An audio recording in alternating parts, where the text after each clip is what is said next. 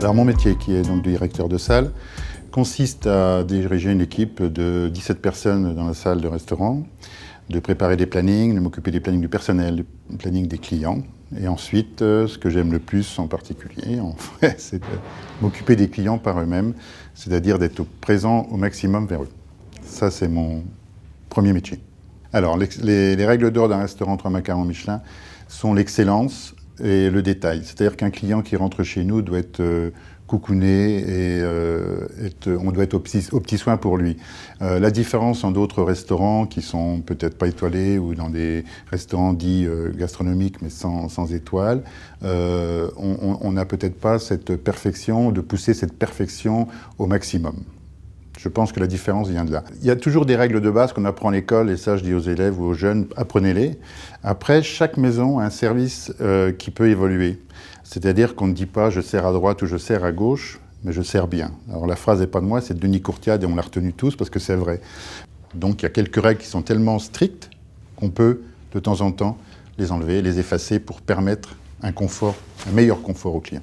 Dans la journée, on essaye d'être en effet le papa poule, le grand frère de ce que vous voulez, mais on est derrière eux, on doit les accompagner. Parce que c'est vrai que nous, on passe beaucoup de temps vers le client, c'est notre métier. Bon, en plus, c'est ce qu'on aime. Hein, les tâches administratives, c'est pas mon truc, j'ai hors de ça. Moi, malheureusement, il faut en faire, donc on est des fois absent.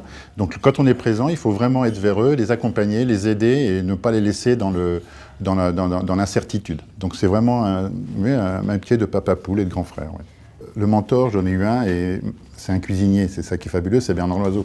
En fait, c'est lui qui m'a appris et qui m'a fait aller au contact aux clients et qui m'a fait aimer justement cette façon de faire le service. Il disait toujours, allez voir les clients, allez les déstresser, parce que quand ils rentrent chez nous, souvent les clients sont stressés, donc allez les déstresser pour qu'ils apprécient au maximum la cuisine.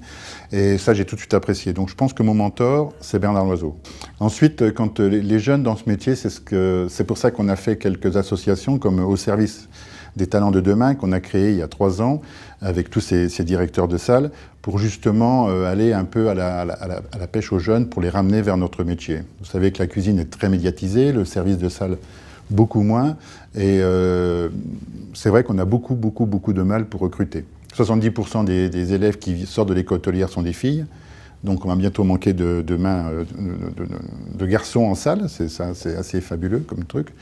Alors qu'il y a 20 ans en arrière, c'est complètement le contraire. Là, on est en train de changer complètement. Donc il faut se réadapter, avoir des langages différents. C'est toute une problématique qui se met en place. Oui. Alors la transmission, elle est hyper importante. D'abord, apprendre quelque chose, venir sur Terre, vivre sur Terre, apprendre quelque chose et le garder en mourant, ça ne sert à rien du tout. Donc moi, je dis à tous les gens, mais ça soit n'importe quel métier. Vous apprenez, retransmettez. J'ai une personne qui est partie en retraite il y a 3 semaines, un chef de rang, et il est passé ce matin, c'est marrant. Et je lui ai dit, qu'est-ce que tu fais ces jours-ci? Donc il va revenir, et je lui expliquais, je lui ai dit, on a besoin de toi parce qu'on a besoin que tu transmettes ce que tu as appris, et ça va nous soulager pour certains services. Et je trouve que c'est important, on peut pas ne pas transmettre. Quelqu'un qui ne veut pas transmettre, pour moi, faut pas qu'il apprenne. Apprendre, c'est donner. Moi, j'ai toujours envie de dire qu'on finit la sauce du cuisinier en salle. C'est-à-dire qu'en fait, on ne fait pas que transporter le plat, évidemment, parce que ça, c'est une image qui colle au serveur. Parce que je dis serveur, en fait, on est des serveurs. Hein. Beaucoup de gens veulent enlever le mot service. Moi, je ne suis pas d'accord, parce que service, c'est un mot qui est magnifique. Rendre service, c'est magique. En France, c'était un pays où il y avait plein de services. Et ça disparaît. On a l'impression que ça dérange de rendre service à quelqu'un. Non, il faut rester dans cette mouvance-là. Et donc, nous, on va apporter un plat sur une table, on va l'expliquer. Donc, on finit le plat du cuisinier par notre présence, pour amener la philosophie du chef aussi, expliquer pourquoi le plat a été fait comme ça. Donc, en fait, on est la dernière touche au plat. On est la dernière petite touche du plat, oui. Quand on parle de théâtre dans une salle de restaurant, oui, c'est vrai. Mais faut savoir que nous, on ne joue pas comme un acteur. Un acteur apprend une pièce de théâtre, monte sur scène et joue une pièce de théâtre. Nous, on ne joue pas avec le client. On fait une pièce de théâtre, c'est vrai, parce que les gens se promènent, il y a un mouvement qui se fait dans la salle, qui est orchestré pour que tout se passe bien. Mais et je vous dis ça une fois parce qu'un client, je lui dis, on est comme une pièce de théâtre. Et le client m'a répondu, parce que vous jouez avec nous. Et je lui ai répondu, non, on ne joue pas avec vous. On n'est pas des acteurs. Un acteur prépare sa pièce, monte, répète son rôle. Nous, on ne répète pas notre rôle, parce que d'abord, on n'a pas de répétition. On est sur le vif du sujet.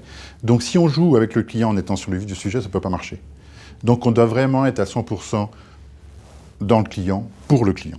Alors on a un grand plat dans la maison qui s'appelle la poularde d'Alexandre Dumaine. Hein. C'est une marmite qu'on amène en salle, on ouvre la marmite. Donc le plaisir du client, c'est quand on ouvre la marmite, évidemment, puis les senteurs de truffes qui sortent, qui sont exceptionnelles. Et l'anecdote que j'ai, moi, c'est un soir, il y avait trois poulardes à faire dans la salle. J'ai fait les 2 premières et la 3e, j'ai ouvert, il n'y avait pas de poularde à l'intérieur. Donc là, c'était vraiment, le client était d'abord un moment de panique, parce qu'il ne savait pas ce que j'allais faire. Et après, c'était un grand fou rire. Et voilà, c'est des moments qu'il faut savoir aussi, tout de suite, savoir répondre aux problèmes. C'est ce que je dis souvent, quoi. Faire tomber une fourchette, ça arrive à tout le monde. Savoir la ramasser, c'est beaucoup plus dur. Alors moi, la plus belle récompense, je dis tout le temps, c'est qu'un client qui rentre chez nous, que je ne connais pas, quand il s'en va, il me dit « Merci Eric, à bientôt ».